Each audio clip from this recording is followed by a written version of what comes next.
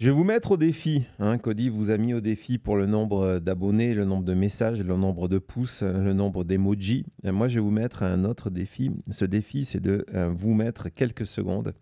Ne vous inquiétez pas, ça ne va pas durer. Ce n'est pas douloureux. De vous mettre quelques secondes à la place de Donald Trump. Ce matin,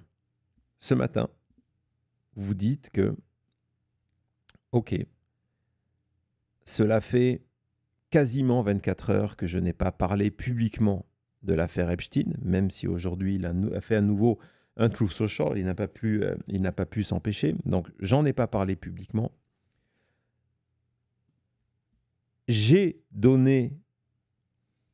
réussi à trouver une cause commune pour réunir ma base, qui est de dire que, je sais, c'est fou de le dire comme ça, mais que les démocrates et le Wall Street Journal se sont unis pour me faire tomber dans le cadre de cette cabale qui me poursuit depuis mon entrée en campagne en 2015.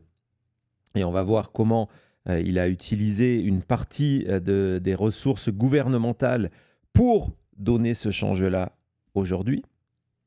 Vous vous dites aussi que j'ai démontré que les accusations du Wall Street Journal sont fausses en déposant une plainte, parce que évidemment, la logique derrière ça, c'est de se dire, si j'étais coupable, je ne serais pas allé devant les tribunaux, même si ça ne marche pas comme ça, mais en tout cas, c'est son espoir au niveau du grand public. Et puis, j'ai donné satisfaction à celles et ceux qui demandaient que je sorte le dossier Epstein en demandant à Pam Bondi et à Todd Blanche de rendre public une partie, de rendre public les transcriptions du grand jury.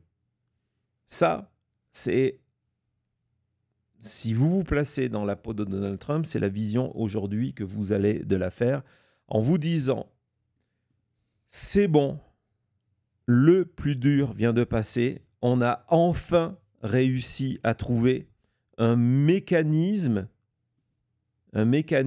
qui permet de débuter cette sortie de crise, cette reprise en main d'abord de ma base et puis de l'opinion publique américaine qui déteste rentrer dans les détails et qui va donc avoir ce sentiment que tout vient de redémarrer. Ça, c'est si vous vous placez du point de vue de Donald Trump. La réalité, c'est que oui, certes, tout ça vient d'être mis en place, mais tout ça, c'est un échafaudage extrêmement fragile. Extrêmement fragile parce que il ne résiste pas, on va le voir ensemble, à l'épreuve des faits. Il ne résiste pas à la réflexion, tout simplement. Et il est sous une menace permanente, d'une espèce d'épée de Damoclès géante de la révélation d'une nouvelle information. Ne serait-ce que de la publication par le Wall Street Journal de cette fameuse lettre tapée à la machine offerte à Jeffrey Epstein pour son 50e anniversaire sur la demande de Ghislaine Maxwell, entourée d'un dessin signé Donald d'une femme nue.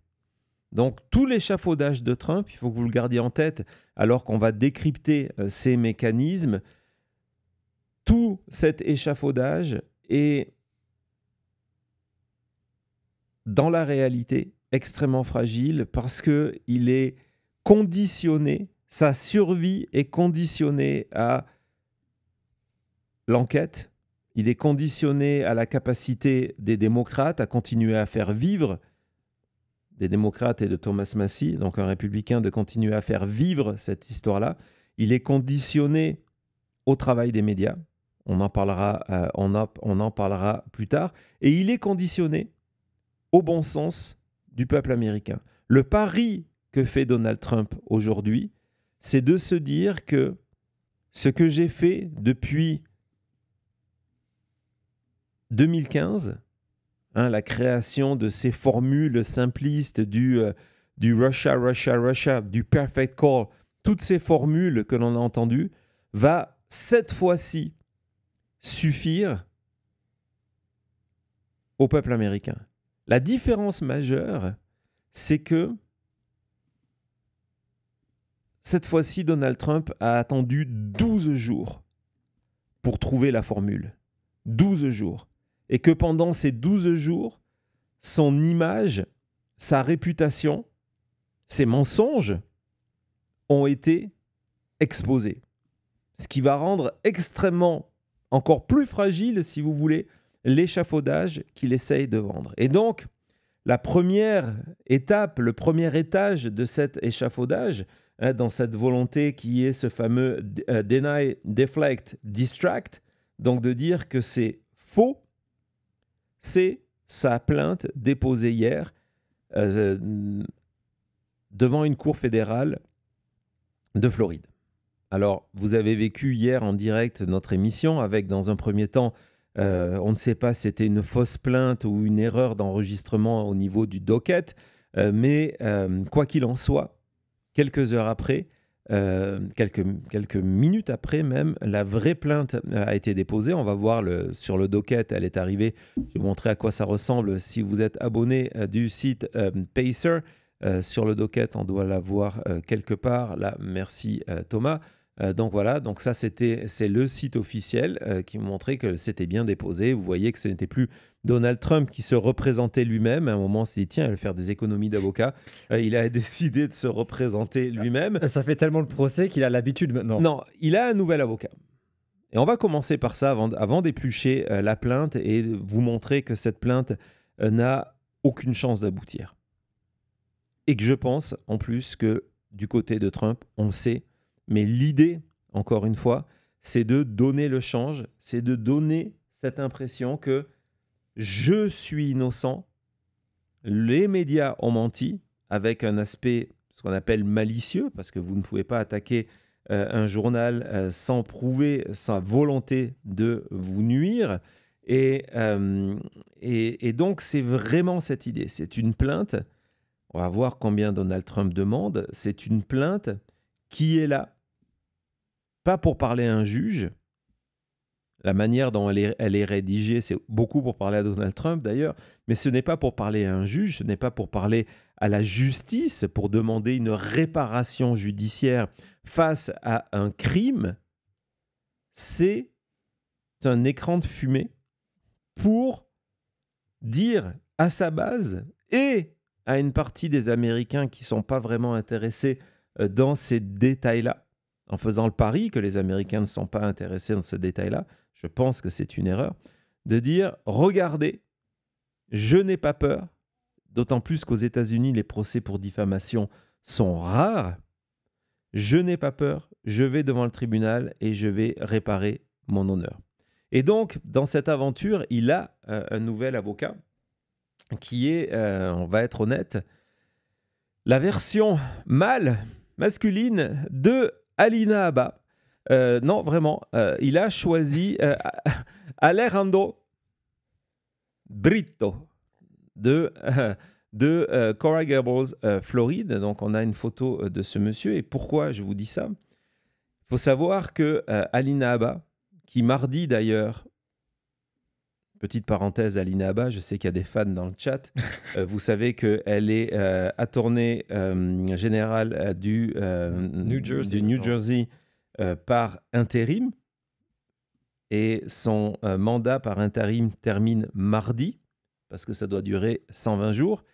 Et apparemment, du côté de Trump, on ne va même pas présenter sa candidature au Sénat pour la faire confirmer, parce que le message, c'est qu'elle n'a pas suffisamment de votes. Donc, normalement, à partir de mardi, Alina Habba va faire un nouveau métier.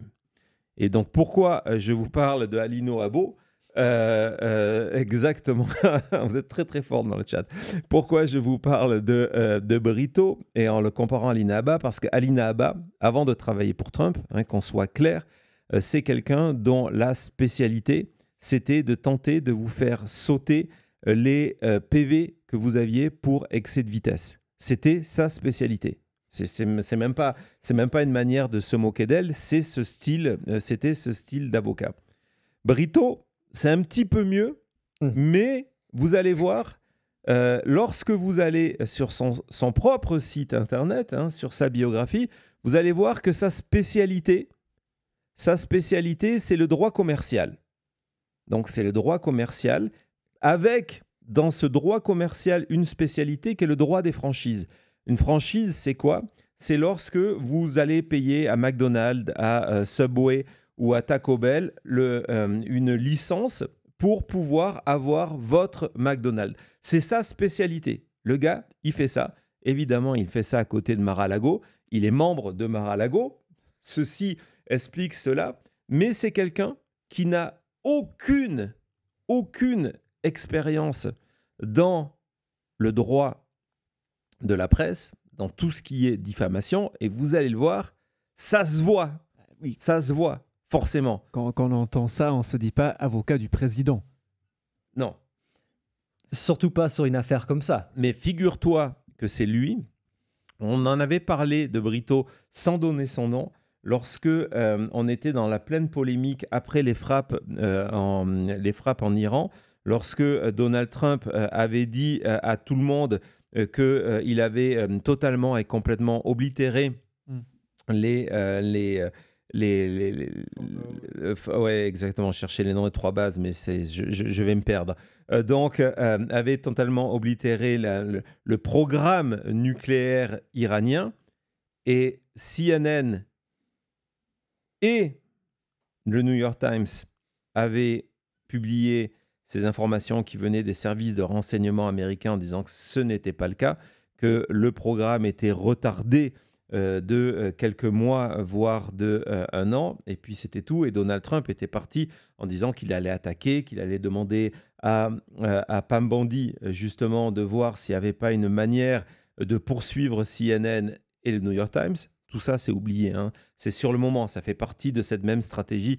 Je vais attaquer devant les tribunaux. Là, cette fois-ci, et c'est pour aussi vous montrer l'ampleur de la crise chez Trump, c'est qu'il est passé de la promesse « je vais le faire » à l'acte, alors que d'habitude, il ne fait pas l'acte. Et il avait demandé à Brito d'envoyer une lettre qui avait été immédiatement partagée par le New York Times, parce que d'après moi, il devait être mort de rire, en expliquant que c'était une honte, cet article-là, que c'était des publications, c'était d'avoir publié ces informations, c'était unpatriotic, que ce n'était pas être un patriote de publier ces informations. Et donc, dans la réponse que le New York Times avait aussi publiée, ils expliquaient que être patriote, c'était faire un travail de journaliste, justement. Mais donc voilà, c'est Brito, l'avocat de Donald Trump dans son procès en diffamation contre le Wall Street Journal, c'est un spécialiste des franchises McDonald's. Et c'est peut-être là que je sais pas, McDonald's, Trump, etc. Il y a quelque chose. Il y a quelque chose. Ouais. Ça a dû le fasciner en se disant, waouh, j'ai un avocat et en plus de ça, il s'y connaît en McDo. Il y a un truc. En tout cas, on rigole, mais c'est sérieux, mais vous allez voir. Donc, on va maintenant explorer cette plainte de 18 pages qui a été postée hier. Donc, on voit que Donald Trump attaque Dow Jones, qui est la compagnie qui est propriétaire du Wall Street Journal, News Corporation, qui est la compagnie propriétaire de Dow Jones, et évidemment, derrière News Corporation, c'est Rupert Murdoch, le milliardaire d'origine australienne, plus de 80 ans, qui est aussi le propriétaire, au-delà du Wall Street Journal, du New York Post, et, c'est relativement important, de Fox News, puis les journalistes. Donc, il attaque également donc, les individus, donc les journalistes, les deux journalistes qui sont les auteurs de ce scoop. On parlait 2 secondes de Fox News, on va rester 2 secondes sur Fox News qui se retrouve quand même dans une position complètement folle parce que, vous le savez, Fox News est la chaîne de propagande de l'administration Trump.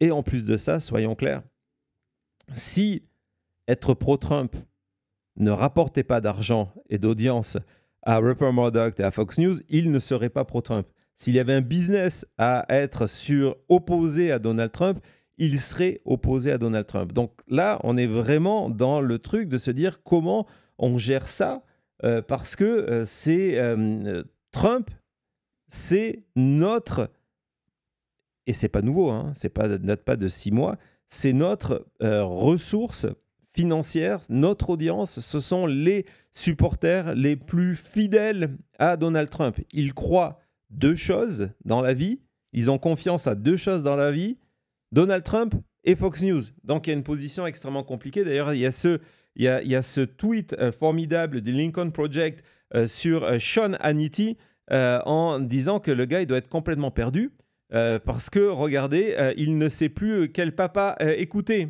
Murdoch ou Trump. Murdoch ou Trump. Donc, en gros, Fox News a trouvé une manière de ne pas trop se mouiller avec quelques clins d'œil de comique, du moins plutôt de comédie, du côté de Jesse Watters. Vas-y Thomas, montre-nous la photo, ouais, c'était bien celle-là. Voilà, donc regardez, c'est la manière dont on parle de l'affaire sans en parler. On fait des petits dessins pour se moquer que, soi-disant, Trump aurait fait des dessins.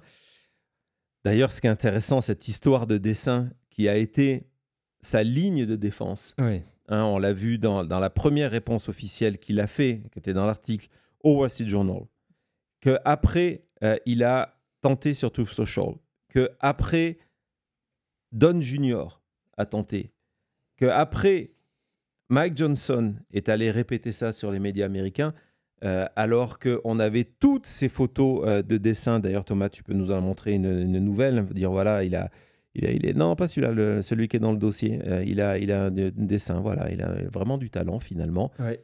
Il aurait peut-être dû faire autre chose. Et là, si tu me dis que c'est pas une Non, c'est image de Trump, je vois vraiment pas la défense. Non, Trump n'aime pas l'argent. un money tree. C'est un money tree. C'est un arbre à billets. C'est comme ça. Et donc, cette défense-là, évidemment, elle figure nulle part dans la plainte de Trump. Ils se sont quand même rendus compte. C'est peut-être pour ça qu'elle a eu du retard avant d'arriver sur le docket, parce que la réponse officielle, c'était dire non, la plainte n'est pas terminée.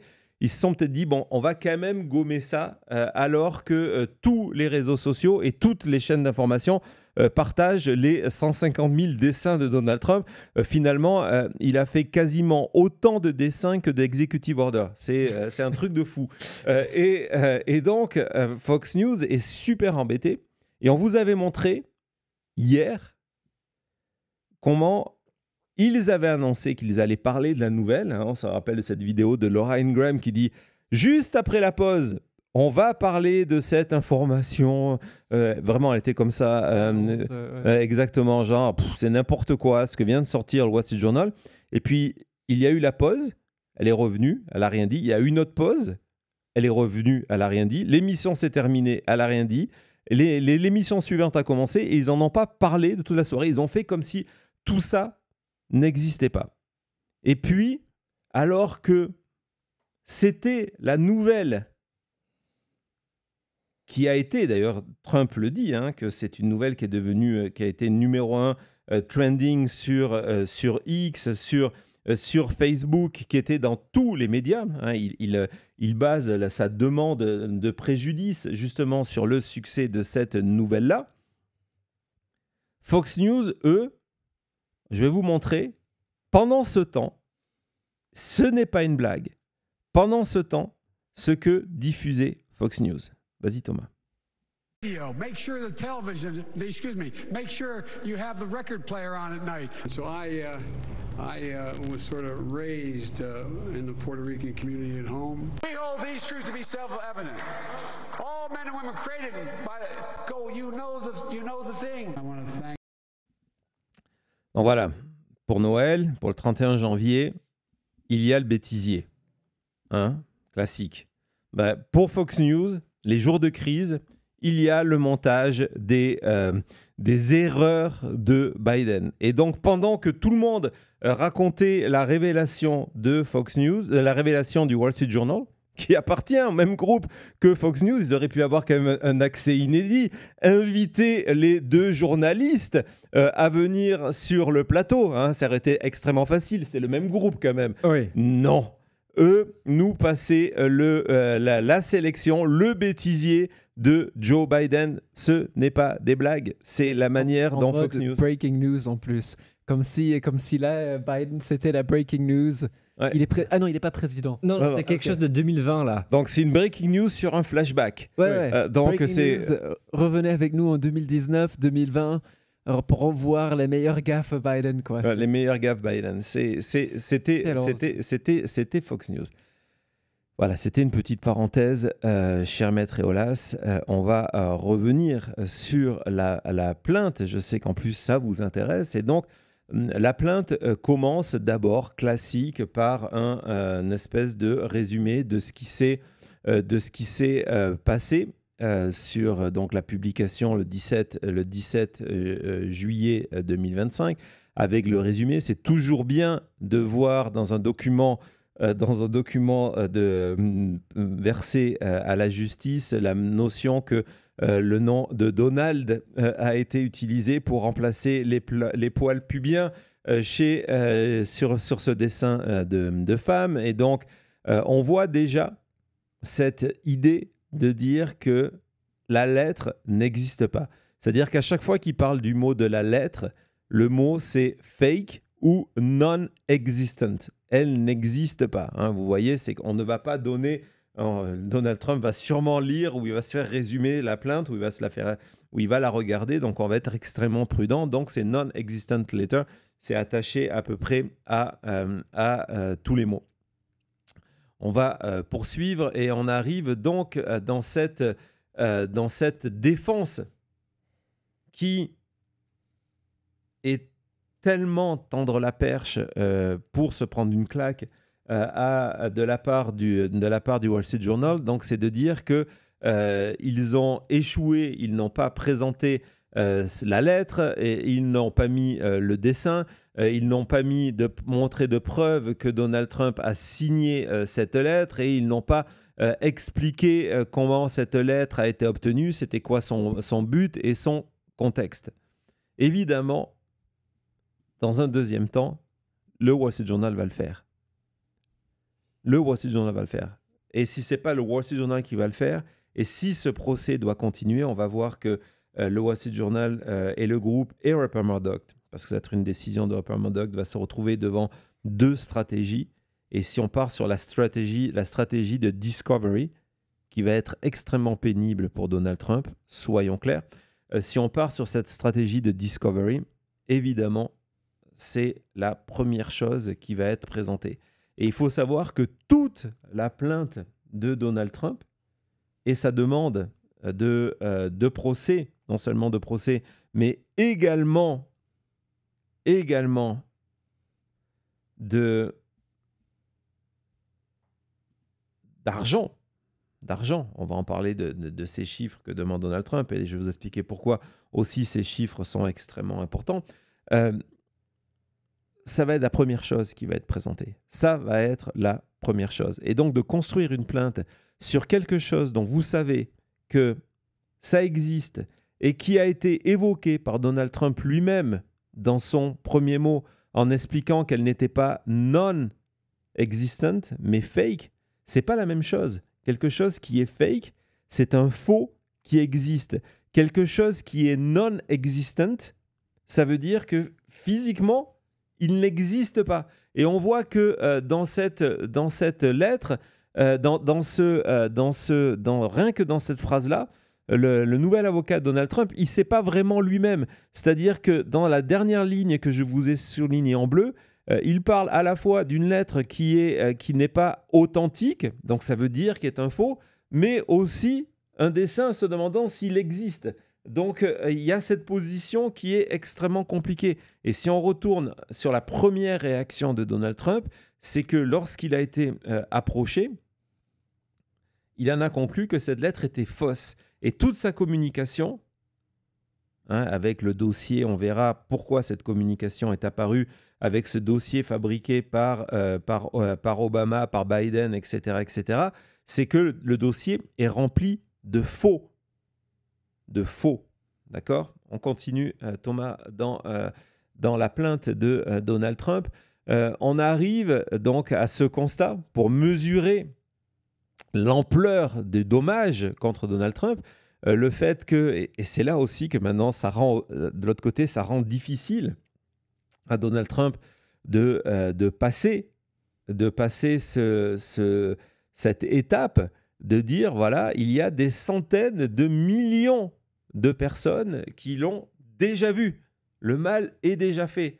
C'est pour ça que je vous disais que le pari de Donald Trump, il est extrêmement compliqué aujourd'hui de se dire, bah, tiens, je vais proposer une version parallèle à tout ça et les gens vont suivre cette version-là, alors que des centaines de millions de personnes ont vu le scoop du Wall Street Journal. À côté de ça, ont vu que Trump mentait sur ses histoires de dessin. À côté de ça, ils ont vu, et ça ne date pas d'hier, ça ne date pas de jeudi, toutes ces photos de Trump avec Epstein, ces vidéos de Trump en train de faire la fête avec Epstein. Et là, le pari de Donald Trump, en utilisant entre autres cette plainte, c'est de dire ce que vous voyez de vos propres yeux est faux. Ce que vous voyez de vos propres yeux est faux.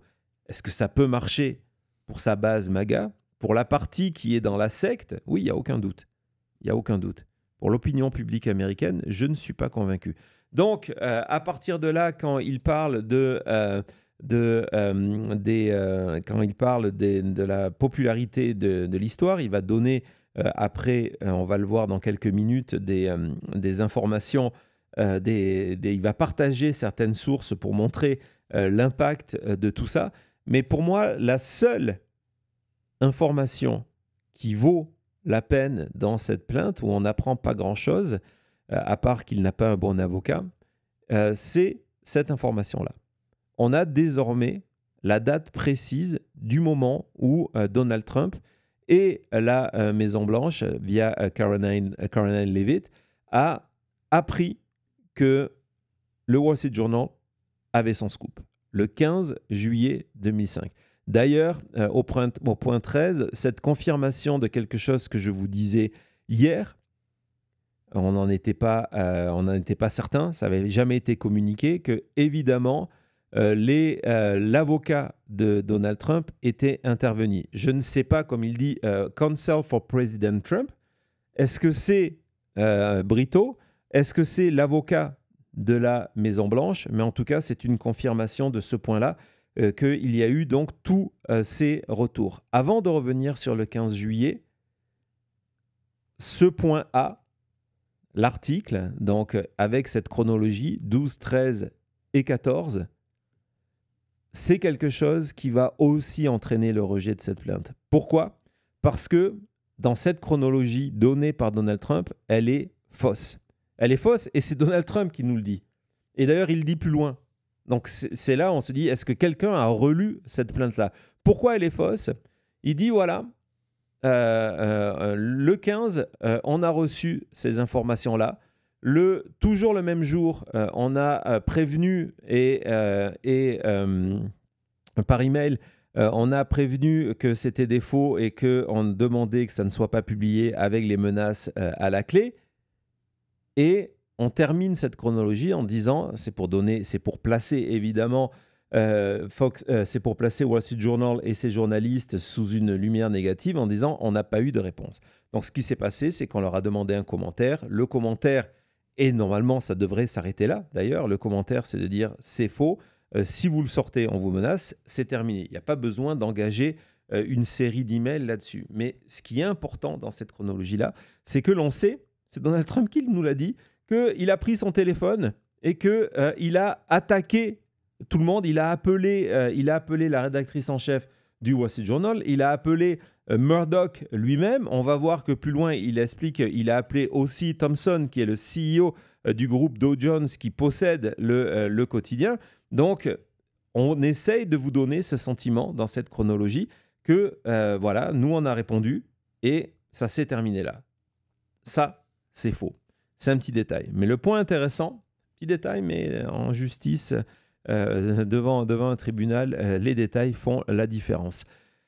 Le 15 juillet, pourquoi c'est une date intéressante? Parce que du coup, je suis allé rechercher autour du 15 et du 16 comment Donald Trump et la Maison-Blanche a communiqué autour de l'affaire Epstein. Et le 15, c'est le moment où Donald Trump, donc il sait que Donald Trump va commencer à utiliser ce mot que je vous ai souligné émission après émission, de parler de crédible en disant j'ai demandé, elle a le droit de sortir, Pam Bondi, les informations qui sont crédibles. Crédible, évidemment, s'oppose à ce qui ne l'est pas, donc à ce qui est fake news. Maintenant, on sait ce qu'il a en tête. Et puis, c'est entre le 15 et le 16, c'est le moment où Donald Trump va péter un plomb et il va s'attaquer à sa base en les traitant de faibles, en leur disant que ce sont des faux supporters, tout en rentrant dans cette problématique, le fait que c'est une invention. Donc on passe, rappelez-vous, avant le 15 juillet, c'est extrêmement dur d'avoir ce recul, et c'est évidemment... C'est vrai, il y a une énorme différence entre avant tout ça, où on explique c'est clou, ça n'intéresse personne, il n'y a rien, c'est fini. Il n'y a rien, on a tout surtout donné. on insiste sur ça, il n'y a pas de dossier, le dossier est fini. vide. Voilà. Pourquoi vous êtes toujours intéressé? C'est fini, on vous a tout donné. Et après, ça devient, du jour au lendemain, c'est un hoax. C'est le mot qui est utilisé. C'est un hoax, c'est fake, c'est Obama, Biden, Comey, etc. qui ont créé ces documents fake, hoax, pour vous avoir. Exactement. Donc le 15, Trump sait que ces documents-là vont sortir. Et donc, il change. Et on en a parlé ici, on en a parlé de partout. Il change à 180 degrés la communication. Ce n'est plus « il n'y a rien », mais « ce qu'il y a est faux ». Si vous nous suivez dans toutes ces émissions ou si vous avez vu les vidéos que Thomas vous propose dans notre playlist sur l'affaire Epstein, on a vécu ensemble. On a vécu ensemble ce moment-là. D'ailleurs, on va regarder 2 ou 3 moments importants. Donc, gardez en tête, dans le dossier 15-16, Thomas, excuse-moi, gardez en tête que ces vidéos qu'on va voir sont faites alors que Donald Trump, la première qu'on va voir, c'est 2 heures. Imaginez la réunion de crise à la Maison-Blanche. C'est 2 heures après qu'il ait appris de la part du Wall Street Journal qu'ils allaient publier cette lettre-là. Vas-y, Thomas. People to move on, but I'm curious, why do you think your supporters in particular have been so interested in the Epstein story and so upset about how it's been handled? I don't understand it. Why they would be so interested. He's dead for a long time. He was never a big factor in terms of life.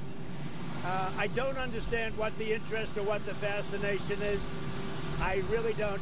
And the credible information's been given. Don't forget, we went through years of the Mueller witch hunt and all of the different things, the Steele dossier, which was all fake. All that information was fake. But I don't understand why the Jeffrey Epstein case would be of interest to anybody. It's pretty boring stuff. It's sordid, but it's boring. And I don't understand why it keeps going.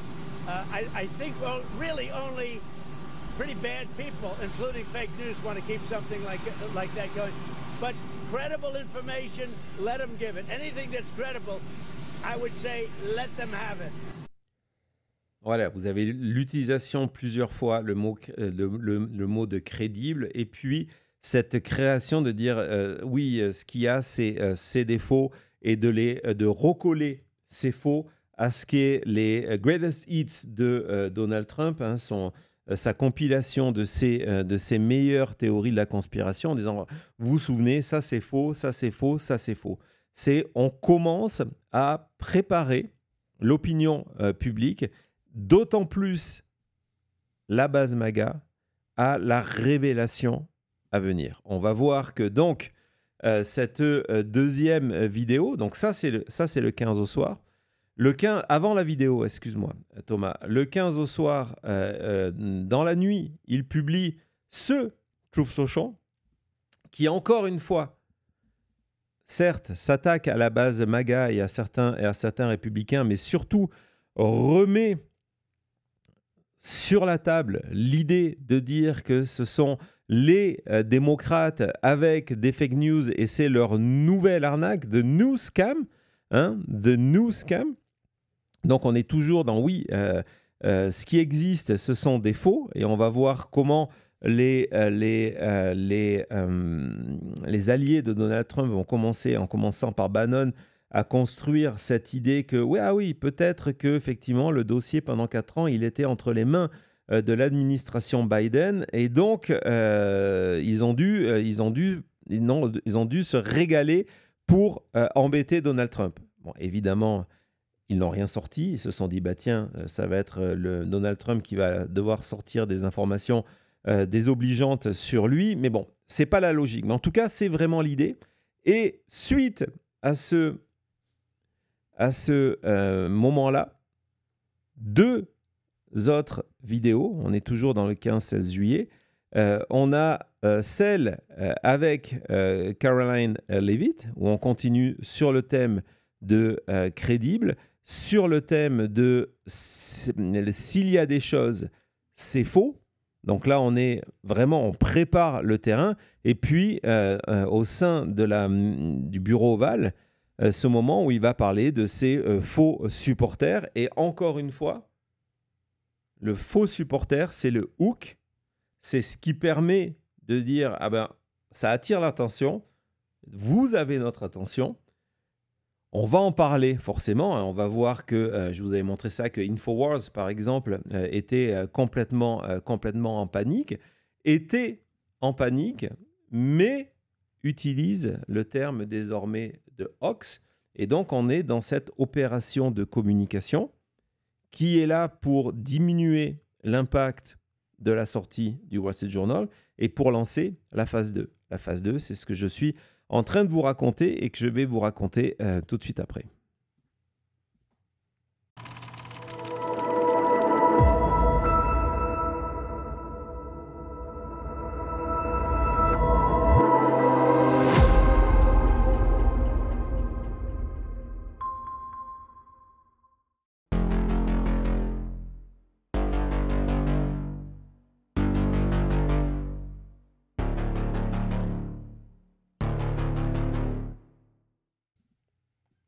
Merci beaucoup à tout le monde qui est là. On est à 3 pouces. Non, on est à 800 pouces. Donc, merci beaucoup à tout le monde. Vous êtes toujours très fort. Dès que je vais sortir un chiffre, vous me le changez. Mais en tout cas, merci beaucoup. Je vois qu'on a le compteur, Thomas, qui compte et il augmente. C'est ce qu'on veut. 38 430 abonnés. Vous êtes incroyable. Merci beaucoup. Pour tout le monde qui nous regarde pour la première fois et vous voulez participer dans le chat YouTube, c'est gratuit, abonnez-vous et comme ça on limite le nombre de trolls parce qu'ils n'ont pas envie de s'abonner. Donc merci beaucoup à tout le monde qui le fait. Merci beaucoup Mario pour ton super sticker depuis le Québec. Merci beaucoup et boum, 38 433, super. Stéphane, ça tombe très bien, Stéphane qui voulait les 38 500, on est sur le chemin. Ouais, c'est fou. On y va. Merci beaucoup et merci Stéphane pour ton soutien émission après émission. Et merci aussi à Venise sur X qui a partagé, qui a repost ce stream. C'est une manière gratuite d'apporter votre soutien. Et merci donc à tout le monde sur YouTube qui partage les émissions, qui partage les segments vidéo qu'on publie. Merci beaucoup pour tout ce soutien. On va faire un petit jingle, vous le savez, c'est pour permettre à Thomas après de faire ses vidéos. On se retrouve tout de suite. On va continuer dans la plainte de Donald Trump. À tout de suite.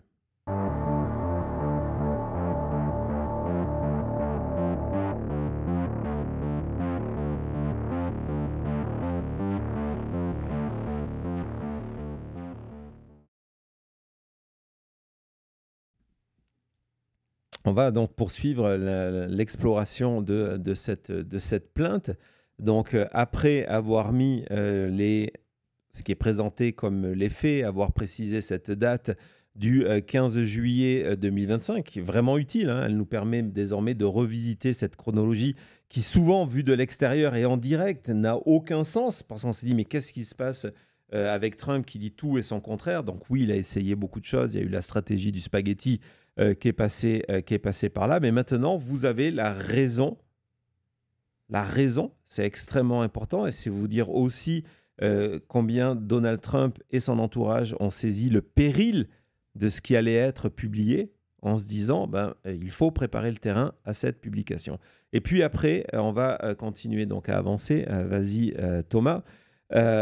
Il y a ce point 22 qui va être, si jamais cette affaire-là va devant les tribunaux, on va parler de stratégie judiciaire. Après, si cette affaire va dans les tribunaux, c'est le point le plus difficile d'une plainte pour diffamation aux États-Unis, surtout quand ça touche la presse. Il faut pouvoir démontrer que les personnes impliquées étaient au courant que les documents étaient faux. Donc là, maintenant, on est retourné dans les documents faux et pas non existants. Vous voyez comment l'avocat de Trump, Brito, a des difficultés à choisir quelle version.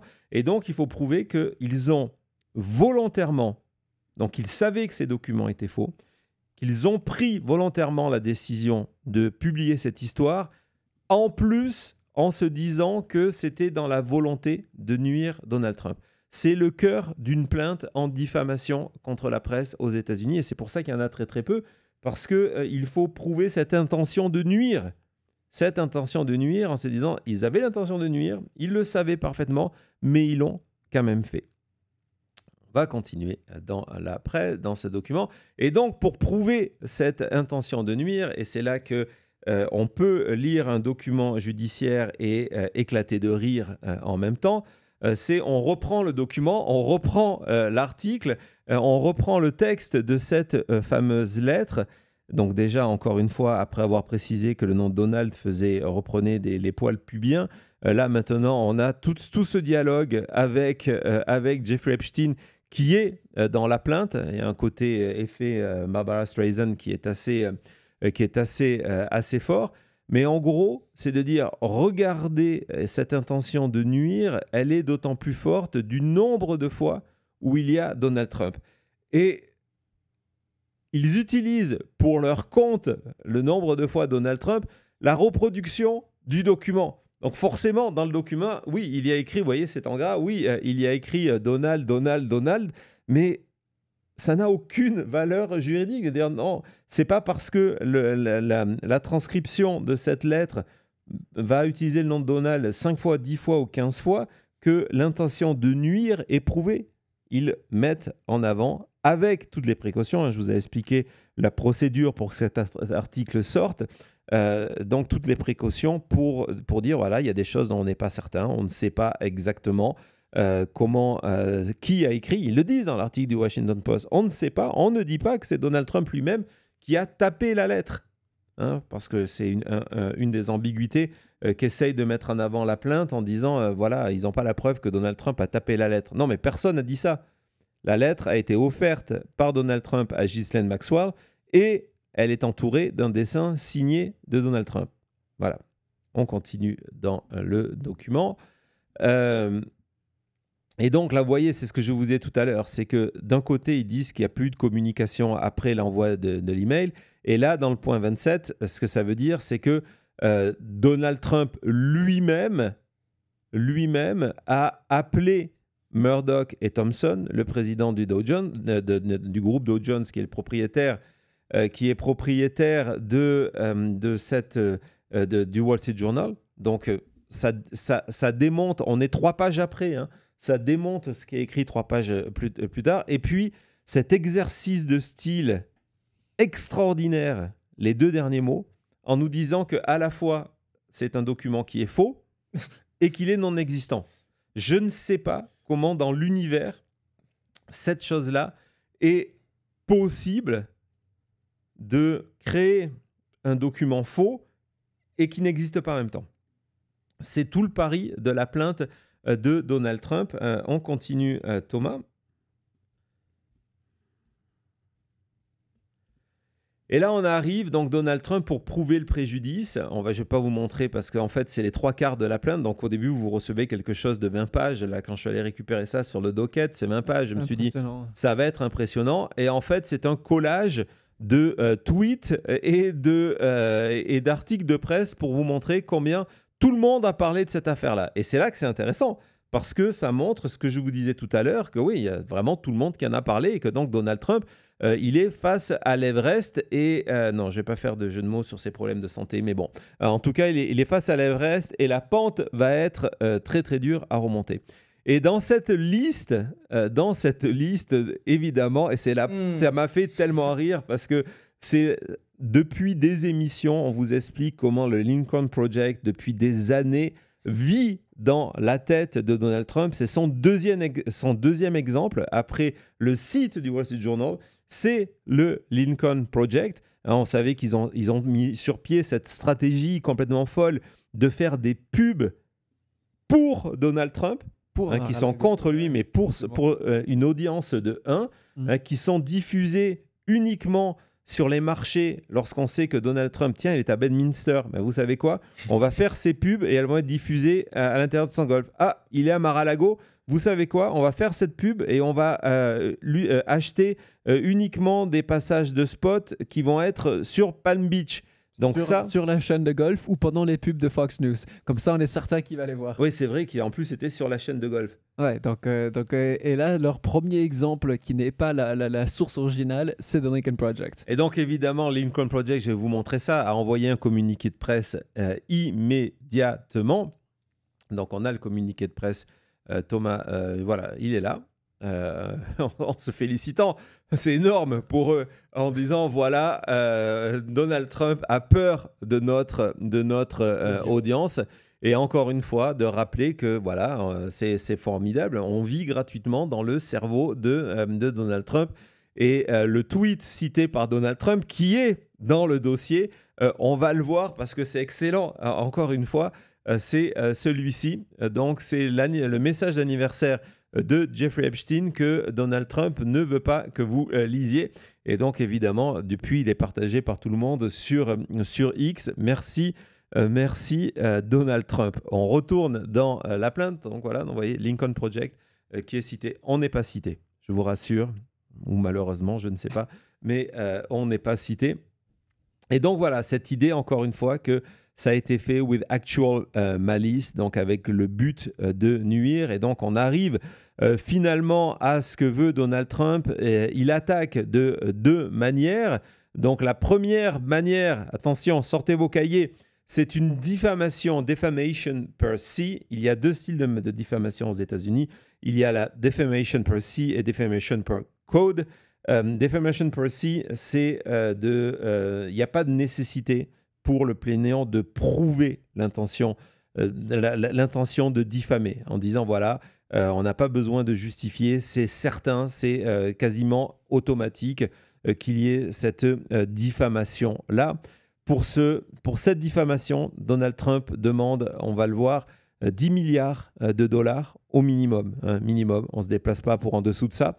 10 millions de dollars, évidemment, ce chiffre qui est basé sur le préjudice professionnel de réputation commis contre Donald Trump, ce chiffre est là forcément pour l'opinion publique, pour dire, ben voilà, et les électeurs MAGA, waouh, si en plus il demande 10 milliards de dollars, c'est que il a absolument raison. Et puis comme ça ne suffit pas, donc il y a une deuxième plainte, cette fois-ci on va voir qui est la defamation per quote et qui est plus compliquée, où là, ils doivent prouver cette intention de nuire dans les détails les plus importants. Et là aussi, on demande 10 milliards de dollars. Et donc, la réalité, Donald Trump en demande 20 milliards de dollars pour faire tout ça.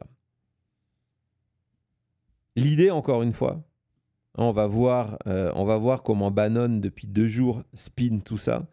C'est de nous faire croire, en tout cas de faire croire à la base, les personnes qui regardent, à part moi, les personnes qui regardent Steve Bannon, ce sont des supporters. C'est cette idée de croire qu'il y a une coalition, une conspiration. On est en plein dans le Deep State. Donc effectivement, que le Deep State unit les démocrates et le Wall Street Journal, donc le journal qui appartient à Murdoch, et que donc même Murdoch fait partie de tout ça. On va écouter Steve Bannon avant de voir les différentes stratégies à disposition justement de Murdoch. Vas-y Thomas. They're trying to use it to destroy President Trump. And last night, I think he understood of the Wall Street Journal, as much as he's tried to do in the big, beautiful bill and these other things to get supply-side tax cuts, as much as he's tried to do, it's never enough because he has a populist nationalist movement and they hate. And this is old man Murdoch, who made the decision to come after President Trump. And I understand the lawsuit that they're putting together is going to be absolutely incredible. And you saw President Trump at True Social this morning. He can't wait to get Rupert Murdoch on the stand. You know, Murdoch squirmed out of having to do the Dominion thing because of the emails that Rupert Murdoch said we're going to make Trump a non-person, but he ain't going to get away from Trump this time. Donc voilà, donc en 2025, il y a cette nouvelle conspiration. Il dit d'ailleurs plus loin dans l'interview que en fait, le Wall Street Journal est uniquement une plateforme utilisée par le Deep State. Et donc, dans cette nouvelle plateforme, les élites, le Wall Street Journal, les démocrates sont unis, comme c'est le cas depuis 2015, à faire tomber Donald Trump parce que Donald Trump, c'est un candidat populiste qui va sur des toilettes en or. Et donc c'est vraiment cette idée. Et en plus, il évoque là, en disant, mais regardez, derrière ça, c'est complètement une décision de Murdoch, qui est l'ennemi juré. Donc, on est en train de créer un nouveau méchant là, qui est l'ennemi. Thomas, tu peux mettre la photo de Trump et de Murdoch ensemble que vous visualisez, qui est l'ennemi juré, on le voit là, hein, l'ennemi juré de Donald Trump, en disant, ben voilà, Trump va enfin pouvoir le détruire. C'est ce que disent aujourd'hui, on est dans le combat, on est dans du QAnon, hein, il va pouvoir enfin détruire Rupert Murdoch. On va en parler dans 2 secondes. Je voudrais, avant de rentrer dans la stratégie, justement vous montrer comment CNN, les petits coquins, ont tout de suite réagi à la plainte de Donald Trump contre Rupert Murdoch. On écoute ça tout de suite. DOJ is making the request as Trump filed a defamation suit against his old friend Rupert Murdoch. Trump is asking for at least $10 billion in damages against a guy that Trump spent years praising. My very good friend, Rupert Murdoch, there's only one Rupert. I even got a call from Rupert Murdoch, who I have a lot of respect for. The legendary Rupert Murdoch. Et à la dernière séquence où il dit le légendaire Rupert Murdoch, c'est ce mandat-là. C'est pas il y a 10 ans, c'est pas il y a 5 ans, c'est il y a quelques mois. Donc voilà, mais aujourd'hui, et c'est encore une fois pour vous montrer combien cet échafaudage est fragile et combien la pente est raide, c'est de se dire que cette personne qu'on vous a toujours présentée comme un allié, qui est le propriétaire de Fox News, donc je ne vous dis pas l'exercice de gymnastique qu'on va demander, hein, j'espère qu'ils sont souples du côté du camp MAGA, qu'on va demander aux supporters MAGA, c'est dire non mais en fait ce gars-là, c'est l'ennemi. Donc par rapport à tout ça, par rapport à tout ce qu'on a vu, que va faire Rupert Murdoch? Le premier indice vient peut-être du communiqué de presse qu'ils ont publié suite à la plainte. Vous allez voir, hein, c'est très bref, mais c'est intéressant. C'est juste 2 lignes, on doit avoir ça. Voilà, la réaction du propriétaire du Wall Street Journal en disant « Nous avons une confiance extrême complète sur la rigueur et la justesse, l'exactitude de notre article et nous allons nous défendre avec vigueur contre n'importe, donc pas que celle-là, hein, n'importe quelle suite judiciaire. » Aujourd'hui, Murdoch et ses avocats ont 2 options. Il y a dans cette plainte-là suffisamment de raisons de demander à un juge de ce qu'on appelle faire une motion to dismiss et de dire voilà, cette plainte est frivole dans le sens américain. on ne va pas perdre le temps de la justice, on ne va pas perdre le temps de là, vous pouvez la classer sans suite. Et il y aurait de fortes chances que d'ailleurs un juge décide de suivre ça, en plus with prejudice, c'est-à-dire de condamner Donald Trump et ses avocats. C'est déjà arrivé à l'INABA, donc ça va être peut-être le baptême du feu pour Alejandro Brito, de dire c'est tellement n'importe quoi cette plainte que vous allez payer une amende aux plaignants, aux personnes que vous avez attaquées et parce que vous avez abusé d'un système de loi qui ne vous autorise pas à porter une plainte frivole. C'est une option. Ou alors, et connaissant la personnalité de Rupert Murdoch, il y a quelques mois, du côté du Nevada, on vous en avait très brièvement parlé lors de Maintenant Matin, il y avait un procès Murdoch où, entre membres de sa famille, ils s'attaquaient. Ils étaient devant les tribunaux où Murdoch poursuivait certains de ses enfants pour les termes et les conditions de l'héritage alors qu'il est encore vivant, du trust qui va faire ça. Donc c'est quelqu'un, dans sa mentalité, Rupert Murdoch, que lorsqu'il est attaqué, est extrêmement virulent dans les tribunaux.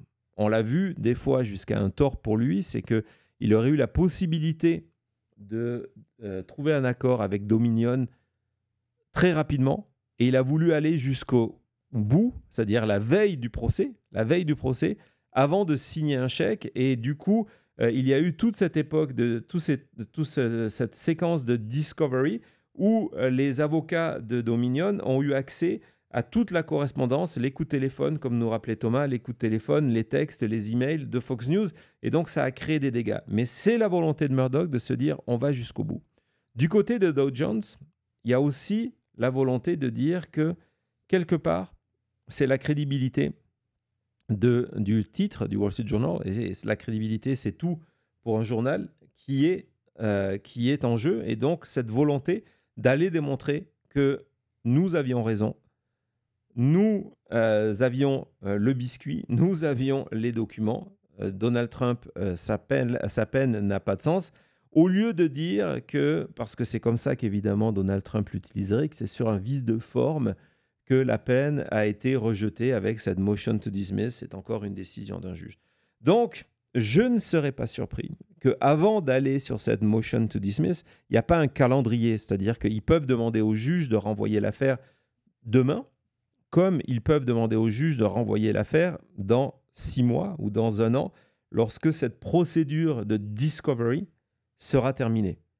Et dans la procédure de discovery, c'est que la personne qui est attaquée, elle a le droit, pour prouver sa défense, de demander à Donald Trump de venir témoigner sous serment, de l'enregistrer en vidéo, on vous a montré dans des vidéos dans certaines affaires, et de lui forcer de répondre sur ses relations amicales avec Jeffrey Epstein.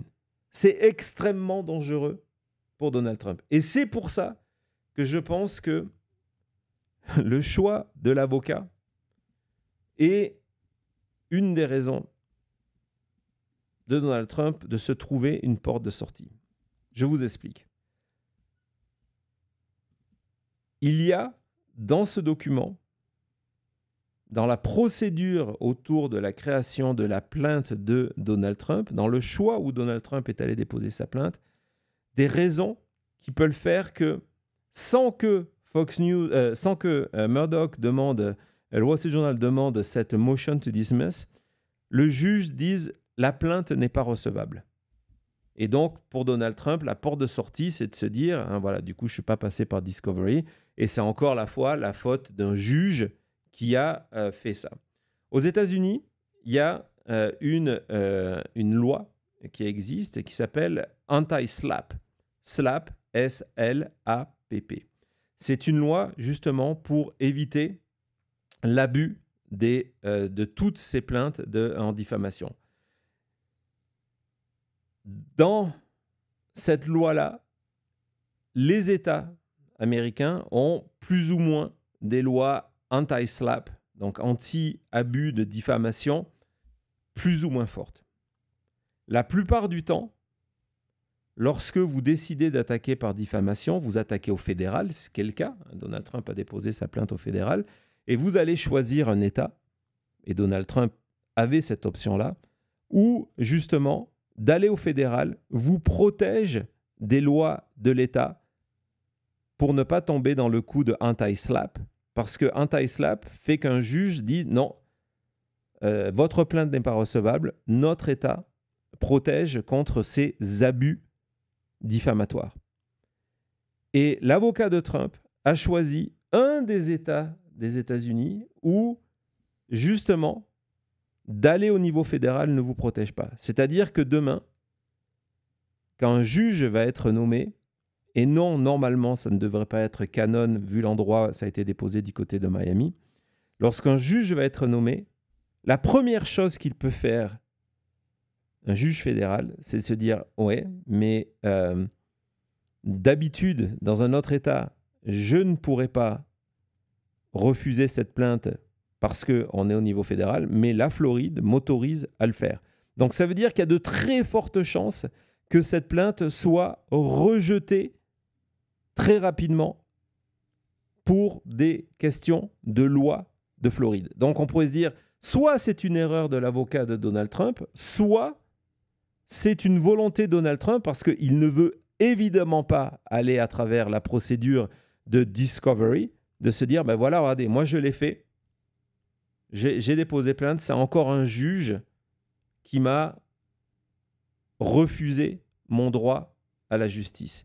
Il y a une deuxième chose qui est intéressante, qui est un potentiel, après évidemment ça va dépendre de l'interprétation de juge, qui a un potentiel de faire que cette plainte ne pourra pas aller loin.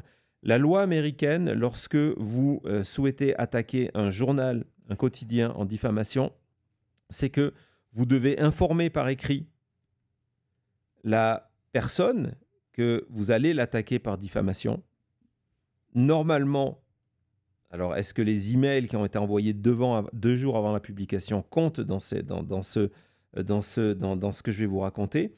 Et une fois que vous avez prévenu cette personne que vous allez l'attaquer en diffamation, vous avez un délai à attendre 5 jours avant d'aller poser votre plainte en diffamation. Pourquoi? Parce que c'est le délai qui permet à la personne qui est attaquée de se dire, bah tiens, on fait marche arrière, on publie un démenti, on corrige ça. Ça ne veut pas dire qu'on se protège totalement d'une plainte après, mais c'est pour avoir ce délai légal pour répondre à ça. Et là, le délai légal n'a pas été respecté. Parce que normalement, en jurisprudence, c'est 5 jours après la publication.